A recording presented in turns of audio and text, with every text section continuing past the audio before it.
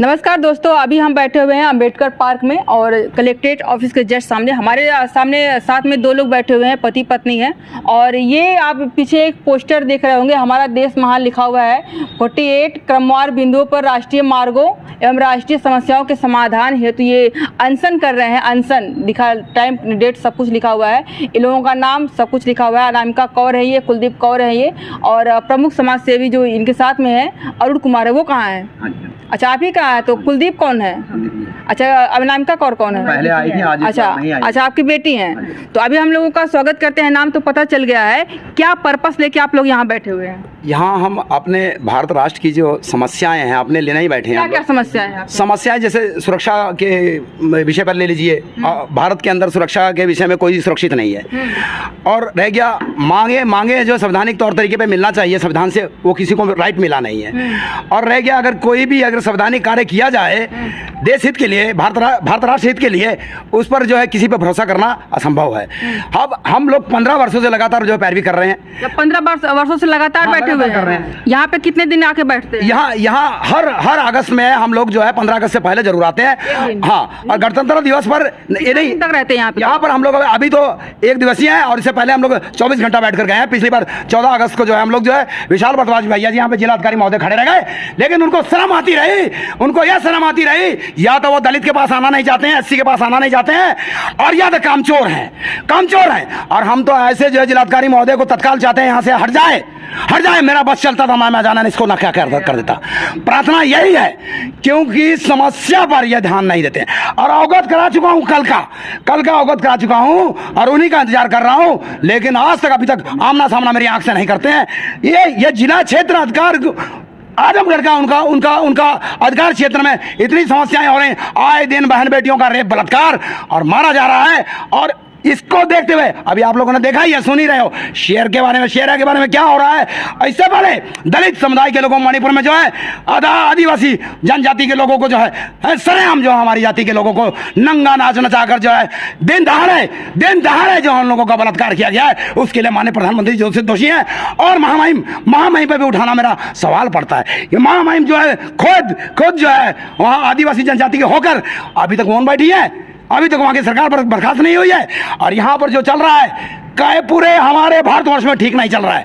और रह गया ऐसा कि भारत के लोग स्वार्थी हैं या मतलबी हैं, या तो अपने अंदर की ज्वाला दबाकर बैठे हैं। हमारा काम यही है कि हर बहन बेटी को खुद हथियार उठाना पड़ेगा और खुद घर से बाहर निकलकर अपनी सुरक्षा करना पड़ेगा। और ऐसा समय ला दीजिए बहन बेटियों, माताओं, कि आदमी आप लोगों को देखकर जो शैतान बनता है, वो आदमी अपने घर के बिल में से बाहर ना निकले। जिस माँ की कोख से पैदा हुआ शैतान कैसे बना, इसके पीछे भारत की सरकारों को भी सोचना होगा। आपके अनुसार देश में कौन होना चाहिए? हमारे अनुसार देश के अंदर हर व्यक्ति देश का मुखिया है और देश के अंदर राष्ट्रपति शासन लगना चाहिए। एक बार राष्ट्रपति शासन हम लोग देखना चाहते हैं कि संविधान वास्तव में जिंदा है या संविधान को इन लोगों ने मार दिया है। आपको लगता है कि मतलब संविधान खत्म हो गया है? हाँ, बिल्कुल खत्म हो चुका है। एक तरीके से खत्म हो गया है। वो हम इसलिए कहते हैं, आप यहाँ पे बैठ करके अपनी आवाज उठा रहे हैं। हाँ। तो संविधान के ही नहीं हक दिया मांग रहे हैं, लेकिन पूरा कहाँ हुआ? 15 साल से हम लोग आ रहे हैं और माननीय प्रधानमंत्री जी, मुख्यमंत्री जी और महामहिम राष्ट्रपति सब मांगे हैं आपकी, वो तो भी बताइए। यही राष्ट्र के दुख को, भारत के दुख को दूर करो। दुख तमाम है, जैसे अभी बताया गया बहन बेटियों के साथ बलात्कार, ये कब रुकेगा? बहन बेटियां क्यों आत्महत्या कर रही हैं? और रह गया गरीब जनता का क्यों नहीं सुविधा हुआ और गरीबों का इलाज क्यों नहीं हुआ? तमाम विषयों में सवाल है। शिक्षा पर भी सवाल है, स्वास्थ्य पर भी सवाल है, सड़क रोड बिजली पर भी सवाल है, पर्यावरण पर भी सवाल है, और हॉस्पिटलों की सुविधाएं जो चरमरा गई हैं। गरीबों को आज रेल में जगह नहीं है चढ़ने की। और ये जो है ये लोग जो वंदे भारत बना रहे हैं, उसमें गरीब को पैर रखने की जगह नहीं है। आज भी जाकर किसी भी ट्रेन में दुर्दशा देख लीजिए, कौन जिम्मेदार है? भारत की ट्रेनों का जिम्मेदार कौन? जिम्मेदार तो हम प्रधानमंत्री मोदी जी को कहते हैं। उन्होंने तो वंदे भारत बनाई कि आपको अच्छी सुविधाएं मिले, लग्जरी। वह व्यक्ति मंत्री जरूर है, लेकिन हम कहते हैं प्रधानमंत्री बनने के लिए कोई खूबसूरत कपड़ा पहनने की जरूरत नहीं है। उनके ऊपर इतना खर्च किया जाता है, उनके ऊपर इतना खर्च किया जाता है। अगर यदि वह खर्च अगर स्वास्थ्य में लगा देते तो हम उनको कुर्ता पहनाएंगे, हम कुर्ता पैजामा पहन देंगे। बोलिए देश का प्रधानमंत्री हैसियत के साथ देंगे, अगर उनकी हैसियत क्या है और हमारी हैसियत क्या है? हम जो चंदा लगाकर, अगर उनको ज्यादा शौक होगा हम तो जनता से चंदा लगाकर उनको दे सकते हैं। देश का प्रधानमंत्री है, उसको अपना जो है एक चीज जो मुखिया होता है वो कहेंगे कि आईना होता है अपने देश का। अगर वो उस तरह से रहेंगे तो लोग नहीं कहेंगे कि भारत एक गरीब देश है, इसलिए वो इतना ठाट बाट से या फिर अमीरी दिखाते हैं। भारत गरीब नहीं है, भारत ना पहले गरीब था, दिखाने के लिए सिर्फ सोने की चिड़िया ऐसे ही नहीं कहा गया था। अब उन लोगों ने तो लूटा, जिनका जो इतिहास चला गया बैक में, चाहे वो अंग्रेज रहे हो चाहे हमारे दोगले लोग रहे हों, लेकिन किसकी वजह से हमारा देश गुलाम हुआ, और आज तो उस गुलामी से भी ज्यादा झगड़ा हुआ। सब लोग अंग्रेजों का नाम लेते हैं, मुगलों का नाम क्यों नहीं लेते लोग? उसमें हम सभी को भागी कह सकते हैं। हम किसी धर्म विशेष जाति पर नहीं, हम मजहब पर नहीं। जो हमारे देश के लोग हैं उनकी बात मैं नहीं करी, लेकिन जो लोग बाहर से आए उनकी बात तो हम कर सकते हैं। लेकिन कोई भी नेता अंग्रेजों की बात तो करता है लेकिन मुगलों की बात नहीं करता है। अपने देश के जो रह गए उनकी बात हम नहीं कर रहे, जो वापस आए थे उनका तो ये कर सकते हो। कुछ सोच के मुगल जो आए थे वो अच्छे नियत से थे, जैसे टीपू सुल्तान जैसे लोग झांसी की रानी को जो है बहन बनाकर उसकी रक्षा करने के लिए गए थे, वैसे लोगों को हम तो नहीं कर रहे हैं। वैसे लोगों को बाकी अगर गलत की बात है तो गलत हर समुदाय में है, हर समुदाय में है। किसी धर्म पर उंगली नहीं उठा सकते हम, किसी धर्म पर उंगली नहीं उठा सकते। हमारा कार्य है, मानवता है तो सबके पास है और शैतान भी है तो सबके पास है। हाँ जी। देश में अगर राष्ट्रपति शासन लागू करवाना चाहते हैं तो क्या इतना आसान है कि देश में राष्ट्रपति शासन आपका संविधान के अनुसार है? अगर मेरे मरने से राष्ट्रपति शासन लग जाता है तो मेरे को चैलेंज है, मैंने ये कहा मैं लगाने को तैयार हूँ, और इसके लिए मुझे राष्ट्रपति भवन में बुलवाकर परमिशन दिलवाया जाए, मैं वहाँ पर राष्ट्रपति भवन में मरने को तैयार हूँ। राष्ट्रपति ये कहा कि संविधान में आपने पढ़ा लिखा हुआ है, समझ आपको पता है कि राष्ट्रपति शासन जो है कि पूरे देश में लागू हो सकता है। सब पता है, अगर जनता चाह जाए और सांसद चाह जाए, सब लोग अगर चाह जाए तो राष्ट्रपति शासन, जैसे श्रीलंका में चढ़ाई हो गया था तो सरकार गिर गई थी और राष्ट्रपति का भवन कब्जा कर लिया गया था। क्यों नहीं हो सकता है? क्यों नहीं हो सकता है भारत के अंदर? क्यों नहीं हो सकता? जिस तरह से श्रीलंका में हुआ था वैसी सिचुएशन आप भारत में भी चाहते हैं? क्यों? उधर भी कैसे आई? एक समय तो भारत का अंग था ना वो, एक समय तो भारत का अंग था ना वो। हम तो यही बोलेंगे ना, आजाद होने से पहले ही आजाद हो गया था वो तो। भले ही, लेकिन एक समय वो वहां तक हमारा भारत था, एक समय हमारा पाकिस्तान तक हमारा भारत था। इन सब की परिस्थितियां क्यों आई? देश खंडित क्यों हुआ भारत खंडित? अफगान तक नहीं, यही सब त्रुटियां इसी तरह प्रकार के शासन चलते गए, इसी प्रकार से हुआ। राष्ट्रपति शासन पूर्ण एक बार जो है 5 साल का देखा जाए, अगर अच्छा नहीं होगा तब हम लोग जो है गुलाम सब अपने आप को महसूस किया जाएगा, लेकिन अभी तो हम लोग गुलाम महसूस समझ रहे हैं। क्या 2014 के बाद से गुलाम समझना शुरू कर रही हैं कि उसके पहले से? नहीं, मैं आगे से काम करता रहा हूँ। आज 15 साल हो गया जब से मेरा दिल दिमाग काम कर रहा है, तब से मुझे महसूस हो रहा है उस बात को मैं अपने दिल जहन से दिमाग से निकाल रहा हूँ इस बात को। अच्छा, आरक्षण की बात कर रही हैं। हाँ। नजरों की बात हमने कहा, हमने नजरों की बात करी। जब किसी के आदमी की नजर में, अभी हम पत्रकार हैं, पत्रकार के ग्रुप में घूमते हैं, हमारे सामने बहुत सारे मेल पत्रकार और फीमेल पत्रकार सारे लोग आते हैं, लेकिन जो आदमी जो ऑडियंस रहती है मेल पत्रकार को जिस तरह से ट्रीट करती है वैसे हमको नहीं करती। उनकी नजर में कहीं न कहीं हम उनको औरत, एक शरीर, एक ऑब्जेक्ट रूप में दिखते हैं। क्यों दिखते हैं बताइए जरा, क्यों दिखते हैं? क्योंकि हम भी पत्रकार हैं, जैसे आदमी पत्रकार वैसे हमारी सोच ये है, हमारी सोच ये है, हम जैसे चाहते हैं। सोच जो है कि मोदी चेंज करेंगे? नहीं, क्या ये सोच जो है कि आदमी जो दिख रहा है वो सोच मोदी जी चेंज करेंगे? ऐसी पहल पर मोदी जी बेटी बचाओ बेटी पढ़ाओ का नारा देते हैं, लेकिन नारा देना, कोई नियम कानून बनाना और उसको कार्यान्वयन करना, उससे कुछ नहीं होने वाला। जैसे इन लोगों ने कहा बेटी बचाओ बेटी पढ़ाओ, उस प्रकार से कुछ नहीं होने वाला। हर प्रकार से नियम ऐसा सख्त होना चाहिए, संविधान के अंतर्गत बनाना चाहिए कि हर बहन बेटी को घर से निकलने का अधिकार, ऐसी जगह मंच पर पहुंचना उनका अधिकार बनना चाहिए। यदि उस घर के लोग ना भेजते हो और उस घर के लोग आज़ादी ना देते हो तो सबसे पहले उनको जेल भेजना चाहिए। जो माँ बाप घर से निकलने की आज़ादी देते हैं और समाज उनको खा जाता है, उसको क्या कहना चाहेंगे? जब आप लोग इकट्ठा होंगे, मेरी बहन बेटियां महिलाएं सब इकट्ठा होंगे, मेरी माता बहनें जब इकट्ठा होंगी तो एक दूसरों की जो है डिस्कस होगी, और डिस्कस होगी, एक दूसरे का विचार होगा। उसमें से जो मेरी बहन बेटियां अच्छी होंगी, जो क्रांतिकारी की लड़ाई, जो अपने हक की लड़ाई लड़ना चाहेंगी, जो वेंडेड क्वीन और झांसी की रानी बनना चाहेंगी, वो अवश्य आगे आएंगी। और जो बुज़दिल होंगी वो कायरों की तरह एक पीछे जाकर छुप कर आप लोगों को तमाशा देखेंगी। अच्छा, आपने आजमगढ़ के बारे में मैंने आपका कुछ पढ़ा हुआ था इसमें, तो आपने लिखा हुआ है कि इसको पूर्वांचल की राजधानी बना जाए। हाँ। एक अलग स्टेट की मांग करते हाँ हैं। बिल्कुल, आजमगढ़ को जो भी आया है, हम लोग कभी भी बाहर गए अगर आजमगढ़ का नाम लेते हैं तो लोग क्या कहते हैं कि आजमगढ़ में गुंडा लोग रहते हैं, आजमगढ़ में लोग गुंडा रहते हैं। तो हमारा ये सवाल है, आजमगढ़ को किसी अच्छे नाम से नहीं जाने दिए जाने। और इतिहास में जो नाम है, इसमें भी राजनेताओं का इसमें भी अभी यहाँ अभी वर्तमान की सरकार आर्यमगढ़ करना चाहती है। यदि आर्यमगढ़ करने से अपराध रुक जाता हो या नाम बदल देने से देश का अपराध मिट जाता हो तो मैं हर जगह का नाम बदलना चाहूंगा, हर जगह का। मोदी जी का भी नाम बदल दीजिए, योगी की जगह भी नाम बदल दीजिए, देश का भी नाम बदल दीजिए। अपराध नाम बदलने से नहीं कुछ बदलेगा, नाम बदलने से कुछ विकास नहीं होगा। तो इन लोगों ने किया क्या है, केवल नाम बदला है।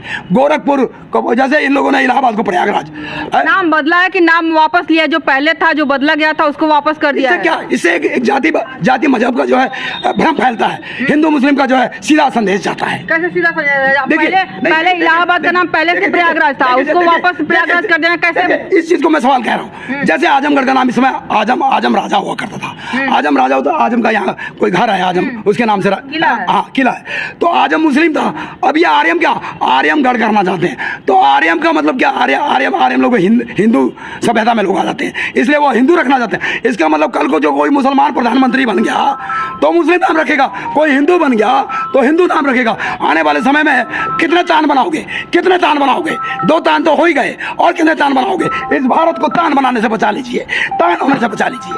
ये मेरा सवाल है। कैसे बचेंगे?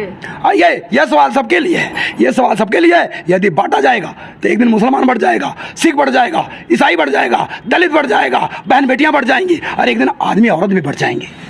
बढ़ती गए हैं, हाँ बढ़ जाएंगे। आदमियों को ज्यादा अधिकार मिला, औरतों को सिर्फ शरीर समझा जाता है। वो कमी मेरी बहन बेटियों की है, माताओं की है, जो दर्द झेल कर पैदा कर सकती है। वो हथियार उठाकर, जो तलवार उठाकर करता नहीं कर सकती है, क्यों नहीं कर सकती? एकमात्र यही है कि तलवार से गर्दन काट दो, उसके अलावा दूसरा कोई उपाय नहीं। अब क्या है, जब अत्याचार हद से ज्यादा पानी से नाक से ऊपर गुजर जाए तो कोई से ना किसी को तो आगे आना पड़ेगा, किसी ना किसी को तो आगे आना पड़ेगा, किसी ना किसी को झांसी का रानी बनना पड़ेगा। आपको नहीं लगता है किसी एक अगर हर लड़के का गर्दन काटती रह जाए तो वहीं कहीं ना आपका बेटा भी होगा? रोकने के लिए जब दुर्गा आ सकती है, दुर्गा काली आ सकती है, मिसयूज नहीं होगा? मेरा ये नहीं, अत्याचार के ऊपर है।